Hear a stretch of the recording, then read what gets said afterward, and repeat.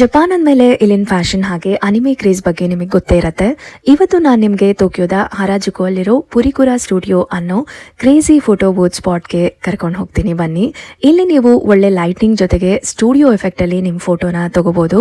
ತಗೊಂಡಿರೋ photo sticker ರೂಪದಲ್ಲಿ ನಿಮಗೆ ಸಿಗತ್ತೆ. ಸೊ ಸ್ಟಿಕ್ಕರ್ ಆಗಿ ಕೂಡ ಅದನ್ನು ಯೂಸ್ ಮಾಡ್ಬೋದು. ಇನ್ನೊಂದು ಮೇಜರ್ ಪಾರ್ಟ್ ಅಂದರೆ ಇಲ್ಲಿ ಡಿಜಿಟಲ್ ಮೇಕ್ ಓವರ್ ಕೂಡ ಮಾಡ್ಕೋಬೋದು. ಈ ಫ್ರಂಟಲ್ಲಿ ತೋರಿಸ್ತಿದ್ರಲ್ಲ ಹಾಗೆ ಕಣ್ಣನ್ನು ಎನ್ಲಾರ್ಜ್ ಮಾಡೋದು, slim face, air brush skin, ಹೀಗೆ ಟೋಟಲಿ ಒಂದು ಜಾಪನೀಸ್ ಫ್ಯಾಷನ್ ಐಕಾನ್ ಅಥವಾ ಅನಿಮೆ ಕ್ಯಾರೆಕ್ಟರ್ ತರ ನಿಮ್ಮ ಫೇಸ್ನ ಮಾಡಿ ಫೋಟೋ ತಕ್ಕೋಬಹುದು. ಜಪಾನ್ನ ಕವಾಯಿ ಕಲ್ಚರ್ನಲ್ಲಿ ಇದು ಒಂದು ಪಾರ್ಟ್ ಅಂತಾನೆ ಹೇಳ್ಬೋದು. ಯಂಗ್ಸ್ಟರ್ಸ್ಗೆ ಈ ಫೋಟೋ ಬೂತ್ಗಳು ಒಂದು ಸಿಕ್ಕಾಪಟ್ಟೆ ಕ್ರೇಜ್ ಕೂಡ ಹೌದು. ಇಲ್ಲಿ ಪೌಡರ್ ಸ್ಪೇಸ್ ಕೂಡ ಕೊಟ್ಟಿರ್ತಾರೆ. ಸೊ ಅಲ್ಲೇ ರೆಡಿ ಆಗ್ಬೋದು. ನೋಡಿ ಎಲ್ಲ ಹೇಗೆ ರೆಡಿ ಆಗ್ತಿದ್ದಾರೆ ಅಂತ.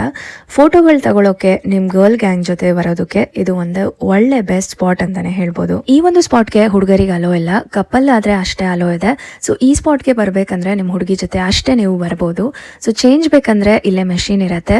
ಈ ಮೆಷಿನಿಂದ ಚೇಂಜ್ ತಗೊಂಡು ಇಲ್ಲಿ 500 yen ಕಾಯಿನ್ ಹಾಕಿ, ಸೊ ಹೊರಗಡೆಯಿಂದನೇ ನಿಮ್ಗೆ ಯಾವ ಥೀಮ್ ಬೇಕು, ಯಾವ ಲ್ಯಾಂಗ್ವೇಜಲ್ಲಿ ಬೇಕು, ಹಾಗೆ ಎಫೆಕ್ಟ್ ಹೇಗಿರಬೇಕು, ಪ್ಯಾಟರ್ನ್ ಹೇಗಿರಬೇಕು, ಲ್ಯಾಂಗ್ವೇಜ್ ಯಾವ್ದಿರಬೇಕು ಅದನ್ನೆಲ್ಲ ಸೆಲೆಕ್ಟ್ ಮಾಡಿಕೊಂಡು ಎಷ್ಟು ಜನ ಒಳಗೆ ಹೋಗ್ತಿದ್ದೀವಿ ಅನ್ನೋದನ್ನು ಸೆಲೆಕ್ಟ್ ಮಾಡಿಕೊಂಡು ಆದಮೇಲೆ ಈ ಥರ ಒಳಗೆ ಹೋಗಬೇಕು. ಸೊ ಒಳಗಡೆ ಈ ಥರ ಇರುತ್ತೆ ಫುಲ್ಲು ಸ್ಟುಡಿಯೋ ಎಫೆಕ್ಟು.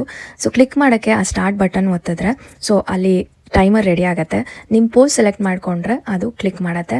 ಅದಾದ ನಂತರ ಹೊರಗಡೆ ನಿಮ್ಮ ಫೋಟೋ ಈ ಥರ ಪ್ರಿಂಟ್ ಆಗಿ ಬರುತ್ತೆ. ಸೊ ಇದೊಂದು ನ್ಯೂ ಎಕ್ಸ್ಪೀರಿಯನ್ಸ್. ನೀವು ಜಪಾನ್ಗೆ ಬಂದಾಗ ಹರಾಜುಕು ಕಡೆ ಬಂದರೆ ಈ ಫೋಟೋ ಬೂತ್ನ ಟ್ರೈ ಮಾಡೋದನ್ನು ಮರಿಬೇಡಿ.